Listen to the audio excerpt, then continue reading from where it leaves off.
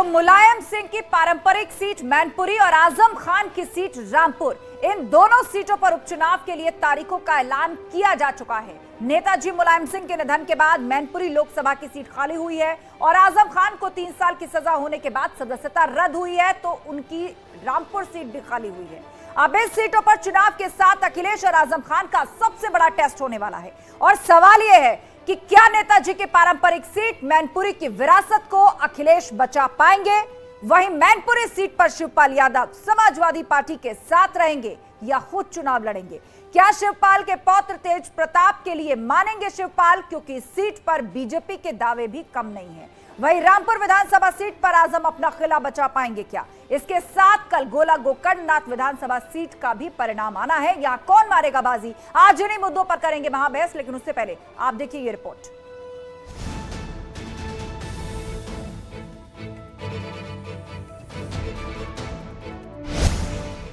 Mainpuri Rampur seat पर उपचुनाव।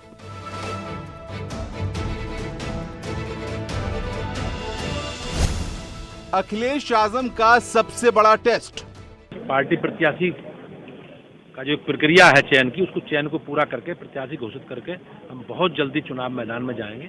और मुझे विश्वास है कि रामपुर लोकसभा और आजमगढ़ लोकसभा के तहत जैसे हम लोग रामपुर विधानसभा भी और मैनपुरी की लोकसभा भी 100% चुनाव जीतेंगे। चुनाव जीतेंगे हम लोग, मैनपुरी में चुनाव जीतेंगे हम लोग। रणनीति क्या खास है आपकी? रणनीति बिल्कुल विकसित बनेगी। 5 विधानसभा जीतेंगे, चुनाव जीतेंगे, लोकसभा सदस्य मैनपुरी से चुन के हमारा जाएगा।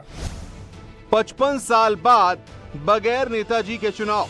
समाजवादी पार्टी को वो जमीन है, समाजवादी पार्टी के साथ वहाँ एक एक मतदाता है और मैं समझता हूँ कि ऐतिहासिक वोटों से लोग जिता करके आदरणीय नेताजी को श्रद्धांजलि प्रकट करेंगे। तेज प्रताप के लिए मानेंगे शिवपाल।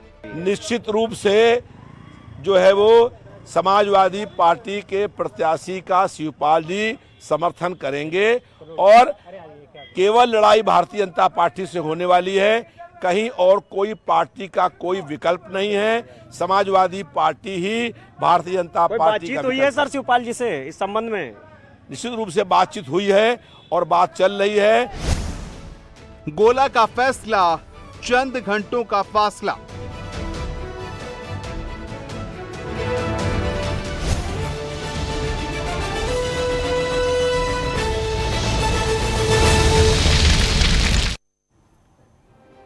तो चलिए महाबहस में चर्चा की शुरुआत करते हैं, क्योंकि मैनपुरी और रामपुर दोनों ही समाजवादी पार्टी का गढ़ मानी जाती हैं और 55 साल बाद बगैर नेताजी चुनाव होने जा रहा है मैनपुरी सीट पर। ऐसे में किसके दावों में कितना दम है और क्या ये अखिलेश और आजम खान के लिए एक बड़ा टेस्ट भी होने जा रहा है। इस पर चर्चा के लिए पूरा गेस्ट पैनल हमारे साथ जुड़ चुका है। हमारे साथ समाजवादी पार्टी के प्रवक्ता उदयवीर सिंह जी हैं, बीजेपी प्रवक्ता हरीश चंद्र वाजपेयी हमारे साथ जुड़ चुके हैं, अनीता मिश्रा है प्रवक्ता पीएसपीएल हमारे बीच में और मनीष गुप्ता है राजनीतिक विश्लेषक। आप सभी मेहमानों का बहुत बहुत स्वागत है। तो विस्तार से चर्चा की शुरुआत करें, लेकिन उससे पहले चर्चा कर लेते हैं समाजवादी पार्टी के प्रवक्ता उदयवीर सिंह जी से। उदयवीर जी, बड़ा सवाल यही है कि रामपुर और आजमगढ़ में जो लोकसभा के उपचुनाव हुए, दोनों ही जगह सपा हार गई, उसे भी आप गढ़ कहते थे, लेकिन अब बात मैनपुरी की है, उसका सेंटिमेंट अलग है। 55 साल बाद नेताजी के बगैर यहां चुनाव होने जा रहा है और दूसरी तरफ रामपुर की सीट, तो ये अखिलेश यादव और आजम खान के लिए एक बड़े टेस्ट की भी तरह है।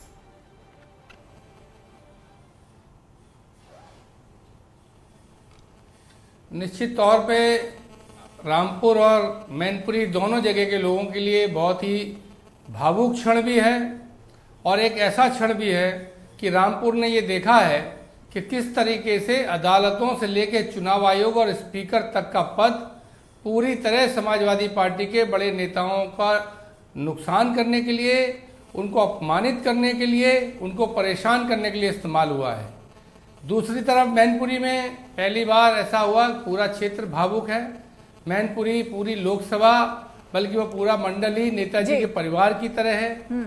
वहाँ के कार्यकर्ता नेताजी के घर और परिवार की तरह सब जुड़े हैं और नेताजी पहली बार हमारे बीच में दुर्भाग्य से नहीं हैं, तो उनको लेके जिस तरह का सेंटीमेंट उमड़ा है, मुझे लगता है इसमें दलीय सीमाएं और जिन बातों को लोग विवाद समझते हैं वो राजनीतिक बातें सब गौण हो जाएंगी और नेताजी का पूरा क्षेत्र एक परिवार की तरह साथ रहेगा जी। और जो नेताजी ने जीवन भर जिस पार्टी को बनाया, जिस विचारधारा पे चले, जिस पार्टी और विचारधारा पे चल के पूरे क्षेत्र का विकास किया, पहचान दी, उसके आधार पर लोग अपनी भावनाएं जैसे व्यक्त करते रहे हैं वैसे ही करेंगे। ठीक है उदयवीर जी, तो क्या इस उपचुनाव में, खास तौर पर मैं मैनपुरी की बात कर रही हूं, आप सिर्फ क्या सिंपैथी वोट्स के भरोसे हैं कि नेताजी के बाद एक भावुक क्षण ये पूरे उस इलाके, पूरे परिवार के लिए भी है, पार्टी के लिए भी है, तो क्या आप लोग केवल सिंपैथी वोटों के भरोसे जीत का दम भरेंगे या कुछ मुद्दे भी उठाएंगे?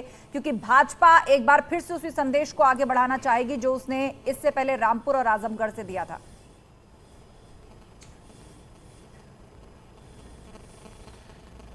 अगर कोई खाली सिंपैथी वोट की बात कह रहा है तो मैं समझ रहा हूं कि उसने मेरा बयान सुना नहीं। भावुकता तो अतिरिक्त है। मैंने आपसे कहा कि क्षेत्र का विकास हुआ, मैनपुरी और पूरे क्षेत्र को नेताजी और समाजवादी पार्टी ने पहचान दी, वहाँ के लोगों को राजनीतिक भागीदारी, हिस्सेदारी दी। वो सब बातें तो पहले से हैं ही। जब कोई दल मैनपुरी में अब तक सामने चुनाव लड़ ही नहीं पाया तो ऐसे समय में खाली सिंपैथी की बात करना तो बेकार ही है। आप जानते हैं कि मैनपुरी की जनता हमेशा समाजवादी पार्टी के साथ प्रचंड रूप से रही है। उसने हमेशा समाजवादी पार्टी का साथ दिया और समाजवादी पार्टी ने हमेशा उस क्षेत्र की चिंता की है।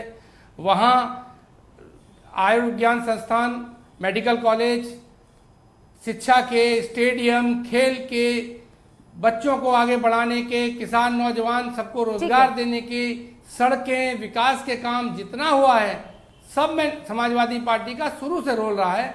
तो वो बातें तो हैं ही। ठीक है, तो कुल मिलाकर पूर्व में जो कामकाज वहां पर हुआ है उसे एक बार फिर से आप लोग जनता के बीच में लेकर पूछने की कोशिश कर रहे हैं। हाँ उदयवीर जी, कुल मिलाकर अभी तक उस इलाके में जो भी काम हुआ है उसे एक बार फिर से आप जनता के बीच में लेकर जाएंगे। और दूसरी चीज संवेदना वाली बात तो है ही, क्योंकि भावनात्मक रूप से नेताजी से वहां पर लोग जुड़ते रहे हैं, तो आपको उम्मीद है कि एक बार फिर से उपचुनाव में भी वो एकमुश्त वोट जो है वो समाजवादी पार्टी को ही मिलेंगे।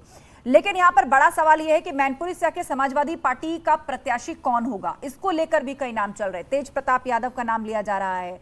शिवपाल यादव की तरफ से भी ऐसे संकेत मिले थे कि शायद वो भी किसी बड़ी जिम्मेदारी की उम्मीद लगाए बैठे हैं। तो आखिर किसको उतारेगा मैदान में?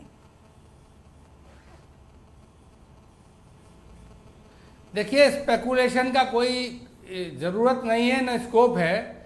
समाजवादी पार्टी के राष्ट्रीय अध्यक्ष, वहाँ के सारे पुराने नेता कार्यकर्ता जो नेताजी के साथी हैं, वो जो नौजवान कार्यकर्ता हैं, सबसे बैठ के राय लेंगे जल्दी। और उसके बाद समाजवादी पार्टी वहाँ के अपनी लोकल यूनिट और सारे लोगों की राय मशवरा के साथ अपना उम्मीदवार तय करेगी। और निश्चित तौर पर समाजवादी पार्टी के अंदर एक से एक उम्मीदवार हैं। जो भी राम राय बनेगी वो थोड़े से ही समय में माननीय राष्ट्रीय अध्यक्ष जी के मार्फत घोषणा हो जाएगी। इसलिए स्पेकुलेट करने की कोई गुंजाइश नहीं है। ठीक है, तो कुल मिलाकर के अभी आप खुलासा नहीं करना चाहते कि आखिर मैनपुरी से कौन उम्मीदवार होगा नेताजी के बाद। और अब चलिए विस्तार से चर्चा की शुरुआत करते हैं। दरअसल 5 दिसंबर को वोट डाले जाएंगे रामपुर और मैनपुरी में जो उपचुनाव होगा, और 8 दिसंबर को उसके नतीजे आएंगे। लेकिन उसके लिए अभी से रणनीतियां बननी शुरू हो गई हैं, दावे और आरोप प्रत्यारोप बनने शुरू हो गए हैं। हरीश चंद्र वाजपेयी जी हैं, बीजेपी प्रवक्ता हमारे बीच में। हरीश चंद्र जी, रामपुर और आजमगढ़ के बाद आप लोगों का आत्मविश्वास बहुत बड़ा हुआ है, कार्यकर्ताओं में भी एक अलग उत्साह है कि एक पार्टी जिसको गढ़ कहा करती थी वो हमने जीत लिया। लेकिन मैनपुरी की बात और है, जैसा उदयवीर सिंह कह रहे थे कि यहां पर नेताजी एक सेंटिमेंट के रूप में जाने जाते हैं, लोग भावनात्मक रूप से जुड़ते हैं। और हाल ही में उनके निधन के बाद अब 55 साल बाद यहां पर बिना उनके चुनाव होगा, तो आपको लग रहा है कि यह भावना भी लोगों के अंदर काम करेगी, या यहां पर आप किस तरह जीत पाएंगे सपा से? देखिए, भारतीय जनता पार्टी अपने नीतियों, कार्यक्रमों और नेतृत्व, संगठन और कार्यकर्ता के भरोसे सभी तरह की चुनौतियों को स्वीकार करती है और सभी तरह की चुनौतियों को फेस करके उस पर विजयश्री प्राप्त करती है। आजमगढ़ सीट पे भी आदरणीय मुलायम सिंह यादव जी की सीट थी, उस पर का वो प्रतिनिधित्व कर रहे थे। इसके बाद श्रीमान अखिलेश जी उस पर आए, तो लेकिन वहाँ की जनता ने देखा कि अगर इस प्रदेश का मुखिया, इस प्रदेश के अभिनंदनीय मुख्यमंत्री उत्तर प्रदेश के एक एक नागरिक के साथ पूरी संवेदनशीलता के साथ एक एक नागरिक के विकास और समृद्धि और खुशहाली के लिए काम कर रहे हैं, अहर्निश काम कर रहे हैं। उत्तर प्रदेश को अपराध मुक्त और भ्रष्टाचार मुक्त बनाने के लिए काम कर रहे हैं। साथ ही उत्तर प्रदेश का विकास कैसे हो, यहाँ की पर कैपिटा इनकम की बात हो, यहाँ के ठीक है हरिश्चंद्र जी, तो आप एक बार फिर से विकास के मुद्दे को ही लेकर मैदान में जाएंगे। आपका ये कहना है कि सरकार द्वारा जो कामकाज किया गया है, जो गुड गवर्नेंस है और जिस सबके साथ सबके विकास और अंत्योदय की आप बात करते हैं, उसको लेकर आप जाएंगे चुनावी मैदान में। अनीता मिश्रा हमारे साथ हैं, पीएसपीएल की प्रवक्ता। अनीता जी, ये बताइए, मैनपुरी की खास तौर पर बात करें तो यहाँ शिवपाल यादव की तरफ से भी संकेत मिले थे कि वो बड़ी जिम्मेदारी का इंतजार कर रहे हैं। चर्चा ये भी चली कि वो चाहते हैं कि मैनपुरी से उनको मैदान में उतारा, लेकिन दूसरी तरफ तेज प्रताप यादव का भी नाम है। उनके नाम पर किसी को ऐतराज नहीं है, पार्टी के अंदर लगभग सारी सहमति है। शिवपाल यादव देंगे क्या सहमति, सहयोग करेंगे यहाँ पर? देखिए माननीय शिवपाल सिंह यादव जी की जो पार्टी है, हम लोग की जो पार्टी है प्रगतिशील समाजवादी पार्टी, उसका आंतरिक लोकतंत्र बहुत मजबूत है और कोई भी निर्णय वहां पर हमारी पार्लियामेंट्री जो कमेटी है उसकी बैठक में ही होती है। जो निर्णय होता है सर्वसम्मति से जो पास होता है उसी के अनुसार पार्टी अपने आगे कदम बढ़ाती है। और जहां तक रही माननीय शिवपाल सिंह यादव जी की बात, तो बहुत कठिन दौर से गुजरे हैं, अभी वो बहुत दर्द और पीड़ा से निकले हैं और अभी बहुत समय भी नहीं बीता है उनके जो अभी सामाजिक और ये जो भी चल रहे थे कार्यक्रम, उससे अभी वो खाली हुए और अभी वो महोबा के दौरे पर है। वो लौटेंगे, उसके बाद अवश्य हमारी पार्टी की पार्लियामेंट्री कमेटी की बैठक होगी, उसमें जो भी निर्णय होगा वो डिसीजन आप सभी। अनीता जी, हाल ही में हमने देखा कि अभी जिन कार्यक्रमों में गए हैं शिवपाल जी, वहां पर मीडिया से वो दूरी बनाते दिखे, खास तौर पर उस वक्तव्य के बाद जब उन्होंने कहा कि कोई बड़ी जिम्मेदारी अगर मुझे मिले तो सपा में वापसी के लिए मैं सोच सकता हूं, और मैनपुरी से चुनाव लड़ने के भी संकेत की यहां पर बात हुई। तो जब मीडिया कर्मी उनसे बातचीत करना चाहते तो वो उनसे खास दूरी बनाते हुए दिखे इस तरह के बयानों के बाद, तो क्या जानबूझकर ये दूरी रखी जा रही है? अभी कुछ तय नहीं कर पा रहे हैं, या लग रहा था कि बहुत भावनाओं में इस तरह की बात निकल गई? देखिए, जहां तक हम सभी लोग जानते हैं, पूरा प्रदेश, पूरा देश और हमारे प्रदेश का एक एक व्यक्ति ये जानता है कि किस कदर भावनात्मक रूप से वो माननीय मुलायम सिंह यादव जी से जुड़े हुए थे। तो उनके जाने के बाद से जिस मनस्थिति में माननीय शिवपाल सिंह यादव जी थे, उस समय देखिए, आप इसको एकदम नेचुरल रूप से देखिए कि उस समय अगर मीडिया सवालों को लेकर आता है तो कोई भी उस समय किसी भी तरह का राजनीतिक जवाब या कोई प्रतिक्रिया नहीं देना चाहता है। कोई जब वो उस मनस्थिति में ही नहीं है कि वो कोई बात किसी से कर सके, वो तो किसी से भी बात नहीं कर कुल मिलाकर पार्टी भी मान रही है कि इस तरह की बात बहुत ओवर इमोशनल होकर शिवपाल यादव कह गए। शायद राजनीतिक नफा नुकसान और गुणागणित उन्होंने नहीं सोचा, क्योंकि परिवार में इस तरह का माहौल है। नेताजी के जाने के बाद सब लोग साथ बैठे, एक इमोशनल माहौल है और उसमें वो उस तरह की बातें कह गए। अब आप ये कह रही हैं। बहरहाल लौटेंगे आपके पास। मनीष गुप्ता, राजनीतिक विश्लेषक, हमारे बीच में है। मनीष जी, क्या लग रहा है, रामपुर और आजमगढ़ के बाद बड़ा संदेश भाजपा मैनपुरी और रामपुर जो आजम खान की सीट है वहां से भी देने की कोशिश करेगी, लेकिन समाजवादी पार्टी भी मैदान में है और मैनपुरी को अगर देखा जाए तो क्या नेताजी के बाद एक संवेदना, एक सिंपैथी वेव, उसका फायदा सपा को होगा? कितनी कड़ी टक्कर बीजेपी सपा को दे पाएगी? यहाँ पूरा राजनीतिक जीवन जिया है, ऐसे में और उन्हें जो ठीक लगा, जब दल बदला, पार्टी बदली, नई सोनिया गांधी जी को रोका, राम भक्तों पर गोली भी चलाई, जो और उसके बावजूद सम्मान प्राप्त किया, पूरा जीवन जीने के बाद लंबी बीमारी के बाद उनका देहांत हुआ। ऐसे में सहानुभूति की बात नहीं है, विरासत की बात होनी चाहिए। मुझे ऐसा लगता है, पिछली बार का चुनाव जो प्रेम सिंह साक्य से वो जीते तो सिर्फ 1 लाख वोट ज्यादा थे। अब चूंकि मुलायम सिंह यादव जी नहीं है तो मुझे लगता है अब ये लड़ाई कांटे की होने वाली है। और वैसे भी हम ये जानते हैं कि माननीय मुलायम सिंह यादव जी का भाजपा से कोई विशेष दूरी नहीं थी। मोदी जी के प्रति तो उनका अनुराग दिखाई देता था।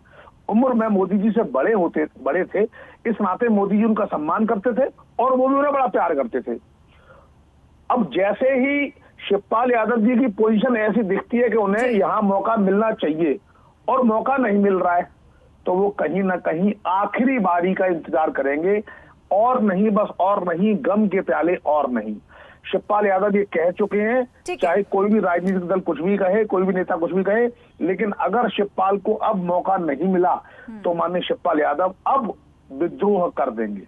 आधा विद्रोह कर चुके हैं, लेकिन अभी भी नेताजी के होने का उनको शर्म थी कि नहीं, जब तक नेताजी हैं मैं किसी भी हालत में अखिलेश से अलग नहीं हूं। यानी आपका ये आकलन है कि राहें पूरी तरह से पृथक हो जाएंगी और चाचा भतीजे दोनों ही एक दूसरे के धुर विरोधी, राजनीतिक विरोधी के तौर पर चुनावी मैदान में हमें दिखेंगे। ठीक है, आप हमारे साथ बने रहेंगे। उदयवीर जी, गोला गोकर्णनाथ विधानसभा सीट पर भी उपचुनाव हुआ है और उसका नतीजा भी कल आने वाला है, लेकिन उससे पहले ही समाजवादी पार्टी की तरफ से ऐसी बातें कही जाने लगी कि पुलिस प्रशासन जो था वो बीजेपी कार्यकर्ता की तरह काम कर रहा था, इलेक्शन कमीशन ने हमारे ग्रीवांसेस को नहीं सुना।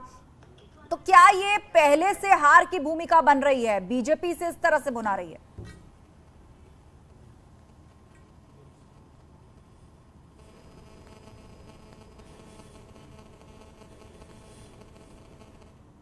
आप तक आवाज पहुंच रही है उदयवीर जी?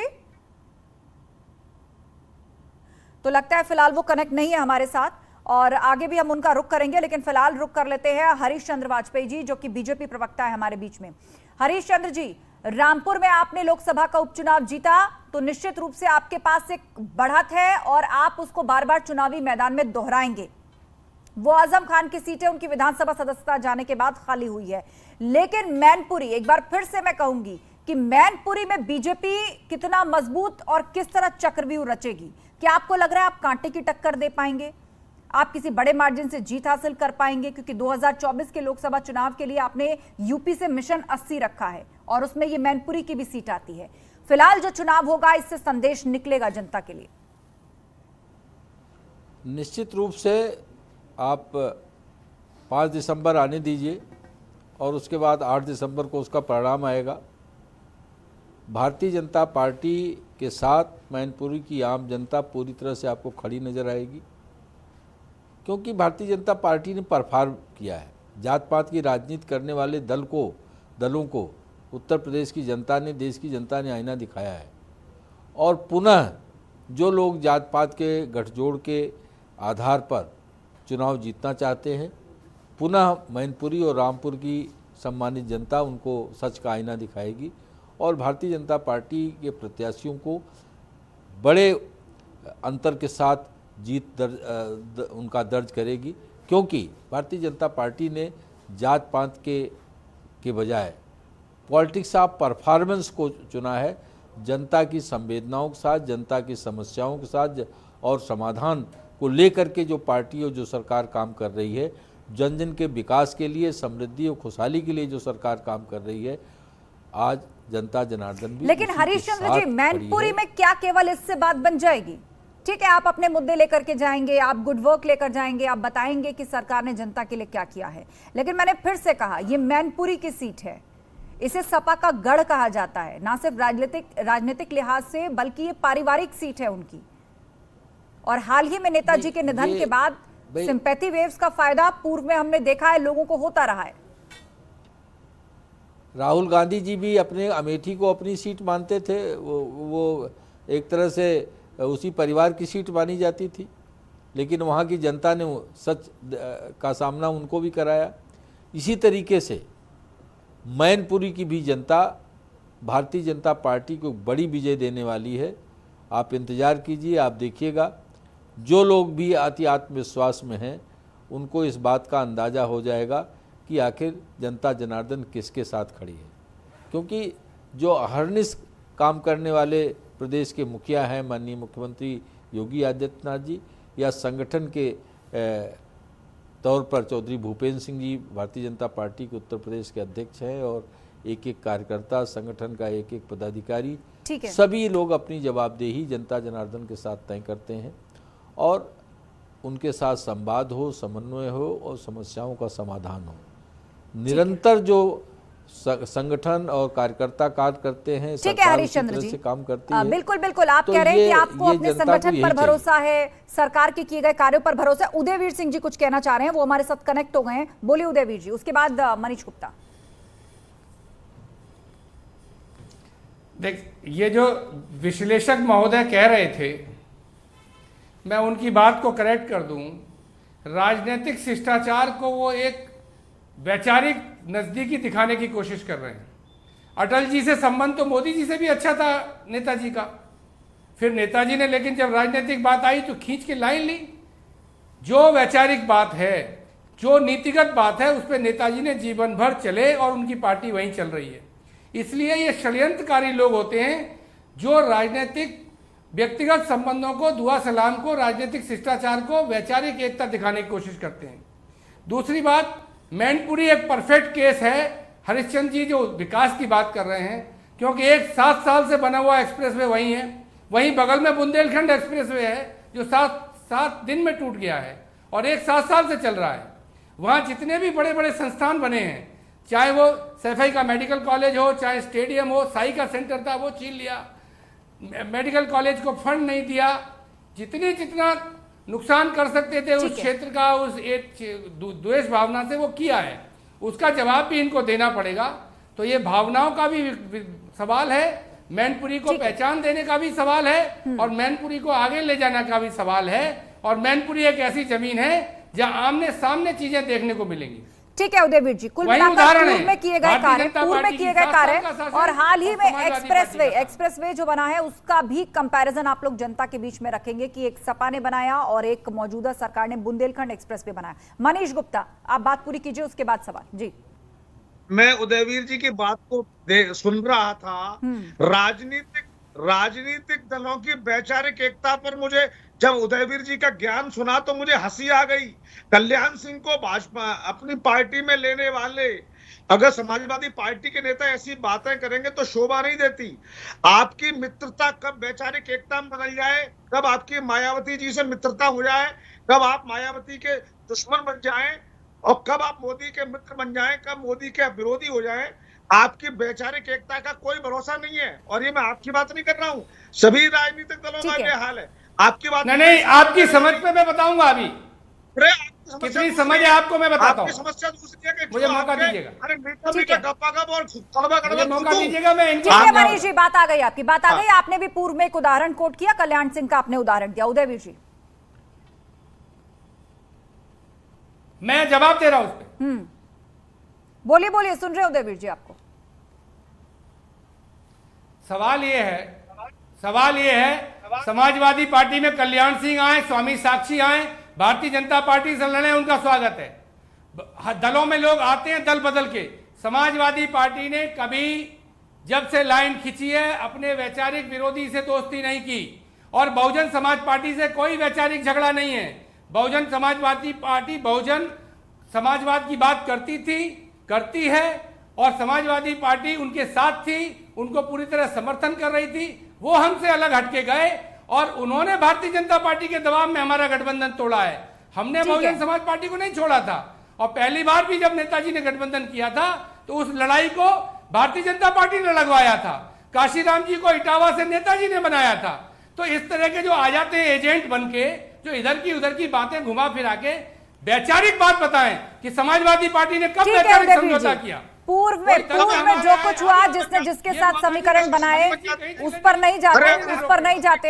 ये हर दल के साथ देखा गया है कि चुनावी मौसम में अपने अपने तरीके से हर कोई प्रयोग करता रहा है, चाहे वो कोई भी पार्टी हो। ठीक है उदयवीर जी, मुझे मैं एक सवाल आपसे पूछ रही थी, आप डिस्कनेक्ट हो गए थे। गोला गोकर्णनाथ विधानसभा चुनाव से संबंधित मेरा सवाल था कि उसका भी कल नतीजा आ रहा है। ये कह के कि मोदी जो है कश्मीर में महबूबा मुफ्ती ठीक है उदयवीर जी, आपने जवाब दिया ना। मैंने कहा ना कि चुनावी मौसम में लगभग हर पार्टी कोई ना कोई प्रयोग करती है। आपने भी किया, उससे संबंधित सवाल आपसे पूछे जाते हैं, उनसे भी पूछे जाते हैं, सबके पास अपने अपने जवाब है। आप मुझे बताइए, गोला गोकर्णनाथ विधानसभा सीट पर जो उपचुनाव हुआ उसका कल नतीजा आने वाला है, लेकिन उससे पहले आप लोगों की तरफ से इस तरह के बयान क्यों दिए गए कि पुलिस प्रशासन तो बीजेपी कार्यकर्ता की तरह काम कर रहा था, इलेक्शन कमीशन ने निष्पक्ष चुनाव नहीं कराए, हमारे ग्रीवांसेस नहीं सुने। तो भाजपा कह रही है कि आप अभी से हार के लिए एक माहौल और एक बहाना तैयार करके चल रहे हैं।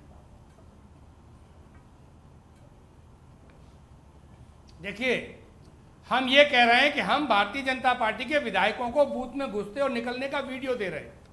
हमने दिया है, ये साक्ष्य है, प्रेस ने रिपोर्ट किया है, लोगों को उठाया गया, उनको गुंडा एक्ट का प्रत्याशी को नोटिस दे रहे हैं आप। तो जो ये सारी बातें हो रही हैं, तो हम तो अगर कोई गलत करेगा, शासन का दुरुपयोग करेगा, तो क्या हम ये कहें कि हम जीत रहे हैं इसलिए शिकायत नहीं करेंगे? अगर कोई शासन का दुरुपयोग करेगा और वीडियो साक्ष्य हम दे रहे हैं, उसके बावजूद किसको दिया आपने वीडियो साक्ष्य? हमसे पूछे कि आप शिकायत क्यों कर रहे हैं? किसको दिया आपने वीडियो साक्ष्य? इलेक्शन कमीशन में दिया आपने? हमने चुनाव आयोग को दिया है। हमने चुनाव आयोग को दिया है। अच्छा, हमने ट्विटर पे ट्वीट किया है, चुनाव आयोग को दिया है, और आप भी देख सकती हैं सही प्लेटफॉर्म पर पहुंचाए कि नहीं पहुंचाए। चुनाव आयोग से आपने शिकायत की, एक वीडियो दिया है, लेकिन उदयवीर जी चुनाव आयोग ने आपसे जवाब मांगा है। वो 20-20 हजार वोटर जो कटने की बात आप कह रहे थे हर विधानसभा सीट से, 10 नवंबर को उसका भी जवाब देना है, उसकी सबूत देने हैं। इलेक्शन कमीशन ने कहा है कि दिखाइए सबूत, वो लिस्ट कि कौन से वोटर काटे गए। टाइम है। नहीं, लिस्ट तैयार हो गई है क्योंकि जनप्रतिनिधियों से मंगवाई गई थी वो लिस्ट। चुनाव आयोग ने हमें नोटिस दिया है, हम 10 तारीख, सुन लीजिए 10 तारीख तक हमें साक्ष्य देने हैं, वो भी हम देंगे। और हम चुनाव आयोग से भी कहेंगे, चुनाव आयोग ने अखिलेश जी का अखबार में स्टेटमेंट पढ़ के नोटिस तो दे दिया, लेकिन चुनाव के दौरान सैकड़ों अखबारों ने लिखा कि यहां वोट काटे गए। आप लोगों ने अपने चैनल पे दिखाया, बहुत चैनलों ने दिखाया कि लोगों के वोट कट गए। चुनाव आयोग उनका संज्ञान ले लेता तो नोटिस देने की जरूरत नहीं पड़ती। चुनाव आयोग जो अपनी निष्पक्षता दिखा रहा है, आप बताइए, 2 विधायक कोर्ट से सजा पाते हैं, एक विधायक के 1 दिन का मौका नहीं मिलता, दूसरे विधायक का ऑर्डर सर्व नहीं हुआ, अभी पढ़ाई रीड किया जा रहा है, 2 महीने तक रीड किया जा रहा है। तो ये सब चीजें जो है जनता देखती है, और हमारा लोकतंत्र और संवैधानिक संस्थाओं में विश्वास है। अगर हमको कहीं भी कुछ गलत होते लगेगा तो हम जरूर कहेंगे।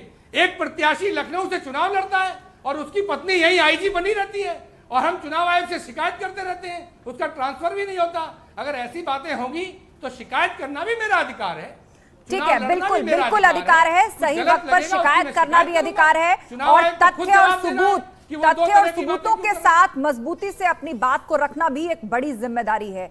चुनावी मौसम में केवल आरोप प्रत्यारोपों की तरह किसी संवैधानिक संस्था पर आरोप लगा करके वहां से निकल जाना, इससे भी खराब संदेश जाता है। हरीश चंद्र वाजपेयी हमारे साथ हैं, बीजेपी प्रवक्ता। माफ कीजिए, हरीश चंद्र श्रीवास्तव जी हमारे बीच में, माफ कीजिए। मैं पूछ रहा हूँ आपसे, जब हमने वीडियो दे दिया लखीमपुर का, उसके बाद क्या कार्रवाई हुई? नोटिस भी नहीं हुआ अभी तक। ठीक है हरीश चंद्र श्रीवास्तव जी, वीडियो दे दिया।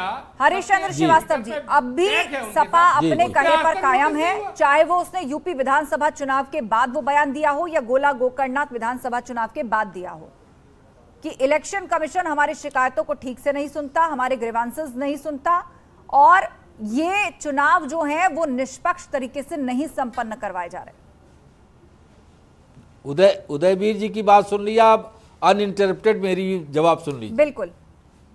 देखिए, ये डिजिटल इंडिया साकार है, हर व्यक्ति के हाथ में मोबाइल फोन है, कहीं छोटी सी घटना होती लोग तुरंत वीडियो बनाते हैं।